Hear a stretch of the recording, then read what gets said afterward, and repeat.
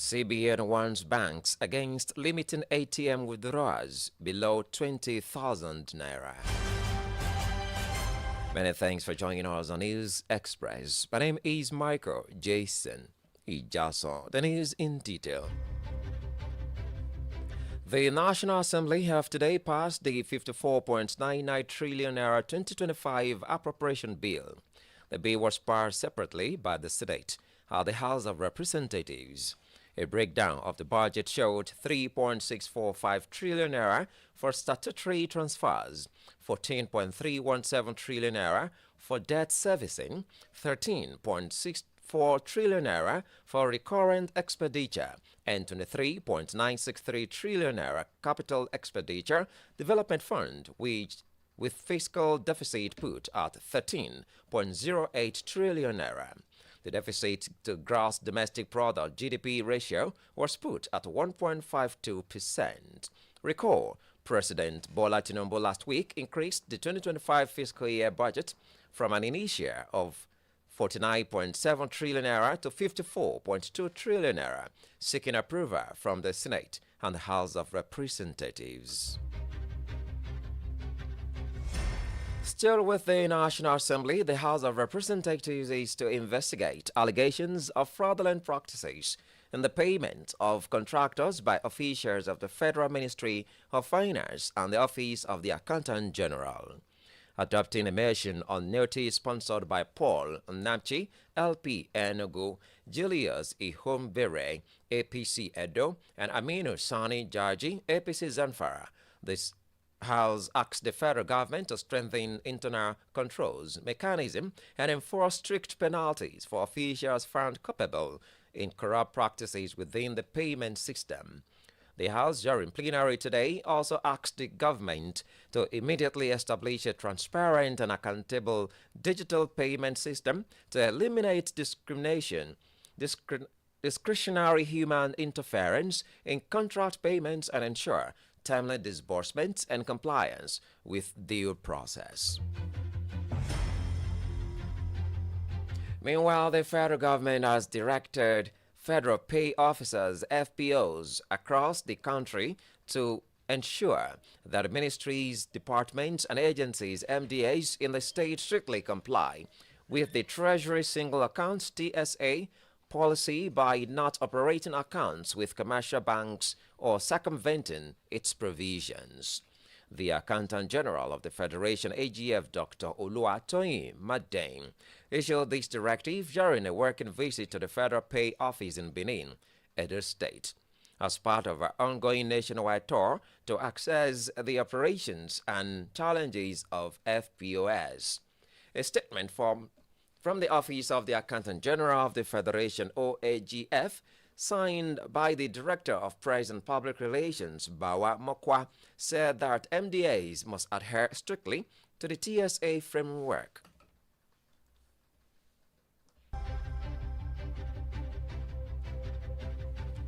The Ministry of Education, Tunji Alausar, the Minister of Education, Tunji Alausar, has approved a one-year moratorium on new applications for polytechnics and monotechnics.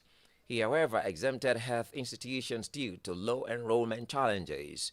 This was contained in a statement by the Executive Secretary of the National Board for Technical Education, Professor Idris Bugaje, today in Kaduna. Bugaje said the moratorium, which takes immediate effect, means that all new applications for polytechnics and monotechnics are put on hold for 12 months. He, however, said institutions currently being assessed will be required to pay specific fees to continue the registration. Stakeholders in the radio business operations have called on authorities to help retain standard practices and professionalism of the medium. This is as Nigeria joins the rest of the world to commemorate this year's Radio Day, which is celebrated on the 13th February every year. Adamimogo FM's Oladonya Yebusi in this report tells us more on the significance of the day. Now his report. Listening to radio helps reflect the realities of the society. It is like a tool for promoting inclusive communication and social cohesion. These are the testimonies of some frequent radio listeners in Ido-Ekiti, Ekiti State. One of the reasons I listen to radio, to hear the news, to learn a lesson. There's a lot of program going on the radio, most especially Adamimogo, that there are some life experience that people sharing are there. I love it simply because it's an avenue for me to learn some things, then to be able to catch up with things going around the world. To make us happy to know what is going around us. We learn many things, even sometimes. If you are hearing radio, you may be taking anyhow, you may be feeling bad, but sometimes if they are doing some programs, you'll be very happy. Even if you don't want to laugh, you will laugh. If I'm not feeling fine too, if I'm hearing some programs, I will laugh. It makes us feel happy.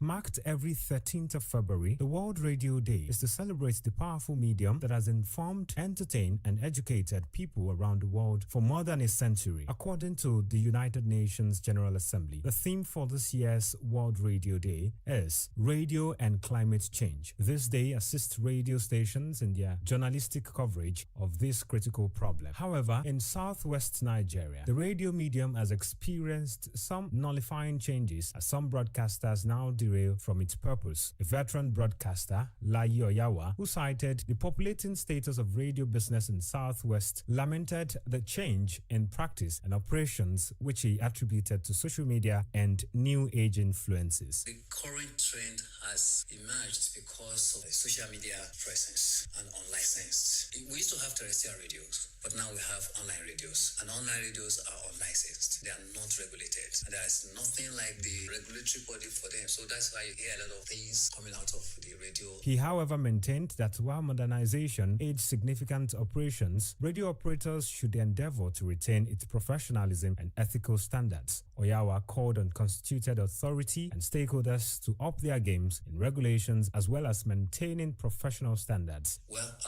we have to regulate the social media presence, and all these online radio people, their licenses should be checked from time to time. And when you do a lot of things that are not factual and not based on all the same, then find them and proscribe them. As it, but in the next few years, I will still see that the thing will still continue to emerge. But unless we have this powerful regulatory body, the government's presence. As Nigeria joins the rest of the world to mark this year's Radio Day, stakeholders have maintained that collective responsibility of all concerned individuals, agencies, and government is required in restoring the radio values. Oladoyin Ayegbusi, reporting for Adamimogo FM. Thank you so much, Oladoyin Ayegbusi. Meanwhile, the federal government has urged all radio stations in Nigeria to use their platforms to create awareness about climate change and its impact on the country.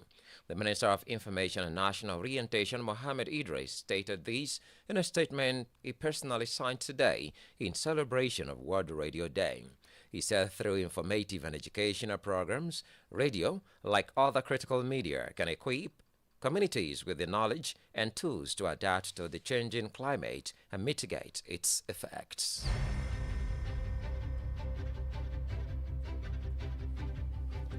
We come back home in Ekiti State, where the chairman of the Ekiti State Environmental Protection and Watershed Management Agency, Bamitale Oguntoyimbo, has cautioned residents in the state to stop erecting buildings in flood-prone areas due to dangers it poses to lives and property. Honorable Oguntoyimbo gave the warning while leading other board members and journalists on an inspection tour of the ongoing dredging projects at Inisa, Amutu Okiose, and the Mayan River in Otun, Ekiti, the headquarters of Moba local government area. The initiative, which extends to other parts of the state facing similar flooding challenges, involves the excavation of rivers and streams to restore ecological balance and protect residents from flood disasters. Oguntoyimbo, a former chairman of Oye local government area, emphasized that urgent action is needed to prevent loss of lives and property. Still in Ekiti State, the Nigerian Union of Journalists NUJ Ekiti State Council has called for the immediate release of the general manager of Our People's FM, Yemi Agbilioba, who was arrested by the Department of State Services DSS over alleged sexual harassment involving the Vice Chancellor of Federal University Oyekiti, Professor Bayomi Fashino.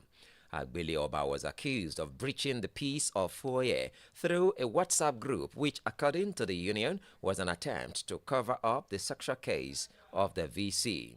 Addressing journalists in Ado-Ekiti yesterday, the chairman of the union, Kayode Babati, condemned the arrest, describing it as a violation and an infringement of the constitutional rights of the victim. Ekiti NUJ Church called on the management of the university and DSS to release Yemi Agbilioba with immediate effect. Director General of the Department of State Services DSS Oluwatosin Ajayi has called for a policy mandating the recruitment of first-class graduates into the intelligence agency to strengthen national security. Ajayi made this call while delivering the 2025 Distinguished Personality Lecture at the Center for Peace and Strategic Studies, University of Ilorin, Kwara State. In his lecture, titled The Roles of the DSS in Security Peacekeeping and National Integration, Ajayi emphasized the need for a paradigm shift in recruitment and staffing within security agencies to ensure only the best minds are enlisted. Represented by the DSS Deputy Director, Patrick Ekwenwe, the DG argued that recruiting top academic performers into the DSS should be a compulsory national policy, similar to Israel's selective university admission system. National Security Advisor Nuhu Ribadu has slammed the Canadian government over its decision to deny visas to Nigeria's Chief of Defense Staff, General Christopher Musa, and other top military officers.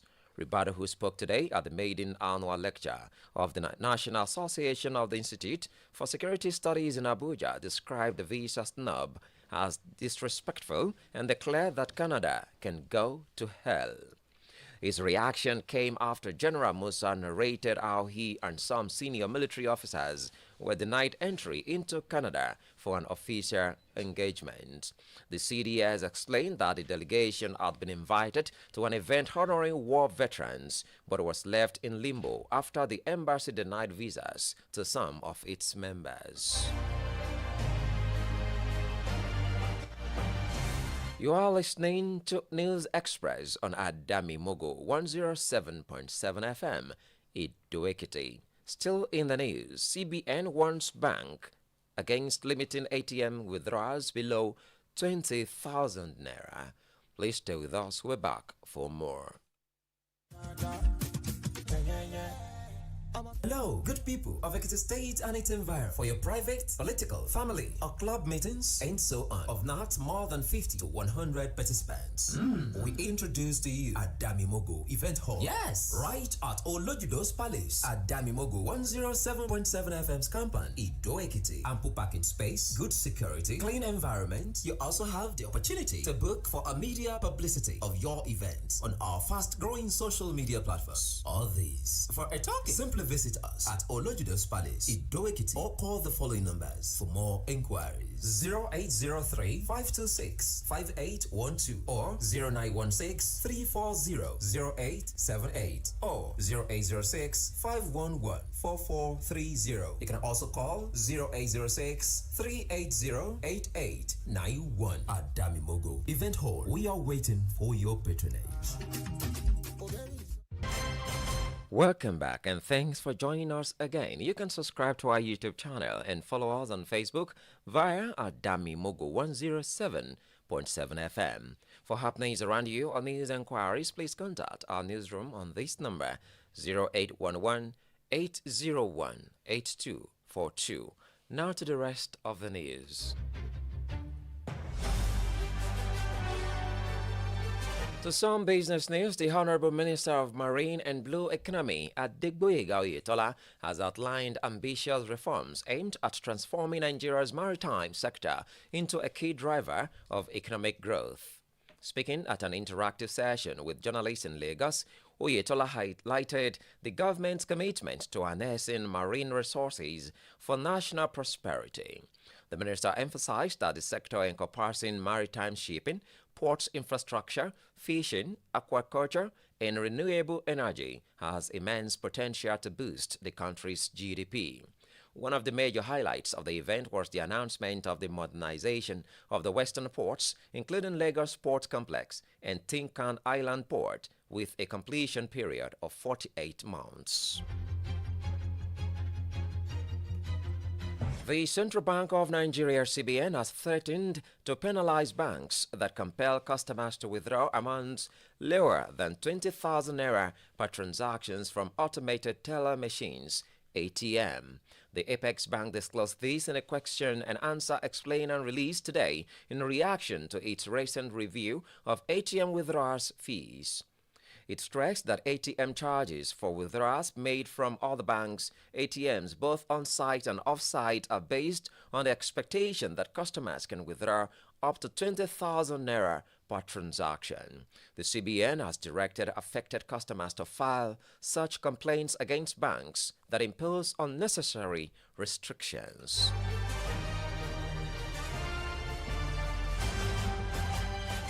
The president of the African Development Bank, AFDB, Akinwumi Adesina, has debunked reports associating him with the race for Nigeria's presidency in 2027. Adesina was reported to have given a hint that he would be contesting for the presidency in 2027 following a recent interview. However, the AFDB president has denied the media report, stating that he never said that he wanted to contest for president. In a post clarifying his statement on his X handle today, Adesina said his interview was misinterpreted and misinterpreted in several Nigeria media reports.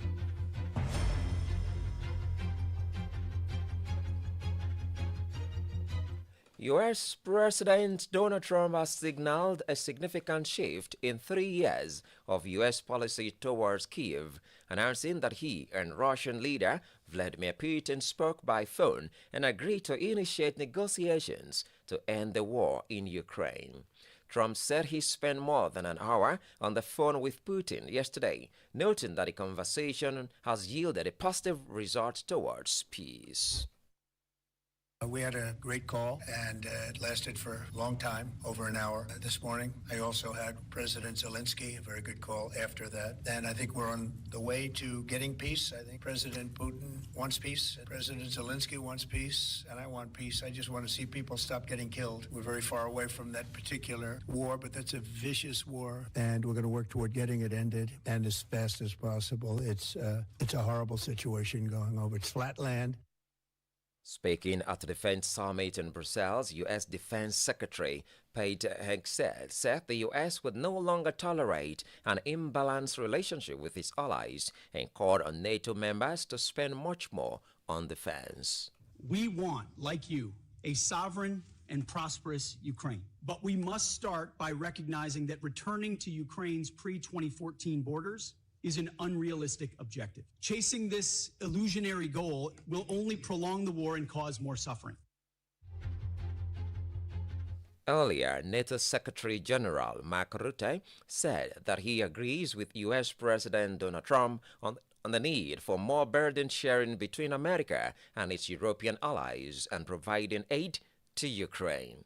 They have provided over 50 billion euros, more than half of which comes from European allies and Canada. This sends a clear signal of our unwavering commitment to Ukraine.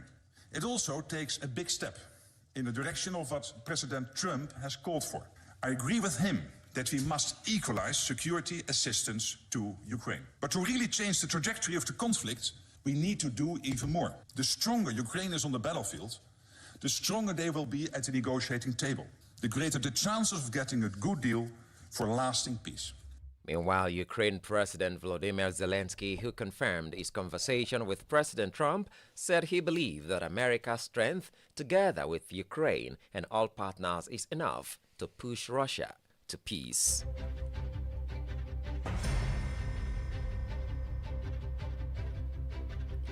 On entertainment this evening, Baba proposes to Edo lawmaker Natasha Osawaru. Tosin Adeniro has this story. Listening to radio helps reflect the realities of the society. It is like a tool for promoting inclusive communication and social.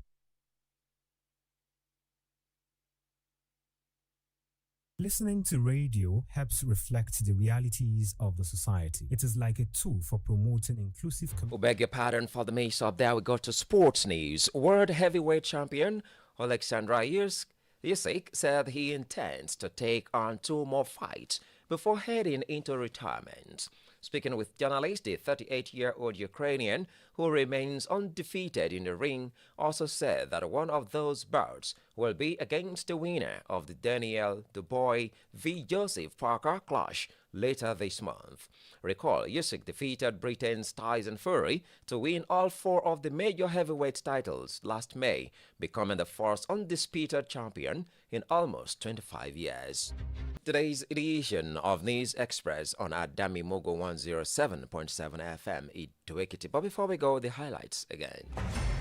We told you that the National Assembly have today passed the 54.99 trillion naira 2025 appropriation bill, and the bill was passed separately by the Senate and the House of Representatives.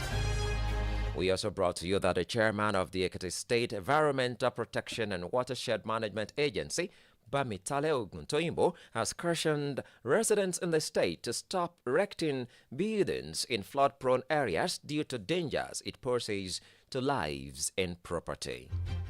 And finally, we told you that the Central Bank of Nigeria, CBN, has threatened to penalize banks that compel customers to withdraw amounts lower than 20,000 naira per transactions from automated teller machines, ATM.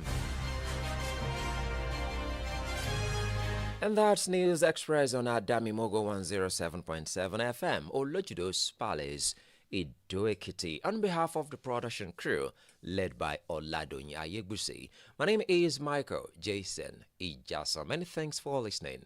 Good evening.